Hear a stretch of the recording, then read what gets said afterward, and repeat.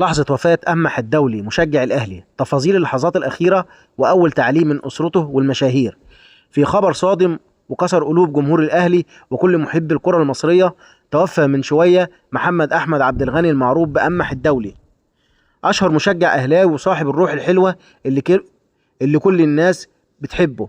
إيه اللي حصل بالظبط وإيه آخر اللحظات اللي عاشها أمح قبل ما يودع الدنيا؟ تابع معايا عشان تعرف كل التفاصيل الجديدة اللي محدش قالها. النهارده الصبح أعلنت الصفحة الرسمية لعيلة أمح الدولي خبر وفاته بعد صراع طويل مع المرض اللي تعبه قوي الفترة الأخيرة. أمح كان عامل عملية جراحية دقيقة في ظهره، وبعد العملية حصلت له مضاعفات خطيرة لدرجة إنه دخل في غيبوبة بسبب تسمم في الدم. شقيقته طلعت وقالت إن أمح كان بيعاني من آلام رهيبة وصعوبة كبيرة في الحركة قبل أيام قليلة من الوفاة. حالته كانت بتسوء يوم عن يوم لحد ما ربنا افتكره. مع انتشار خبر وفاة أمح السوشيال ميديا اتقلبت بالدعاء له، وكان في حزن كبير واضح بين جمهور الأهلي.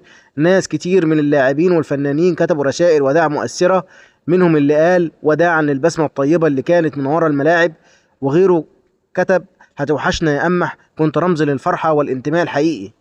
حتى بعض النجوم حرصوا يبعتوا تعازيهم لعيلته بشكل شخصي. حتى بعض النجوم حرصوا يبعتوا تعازيهم لعيلته بشكل شخصي. أهل أمح أعلنوا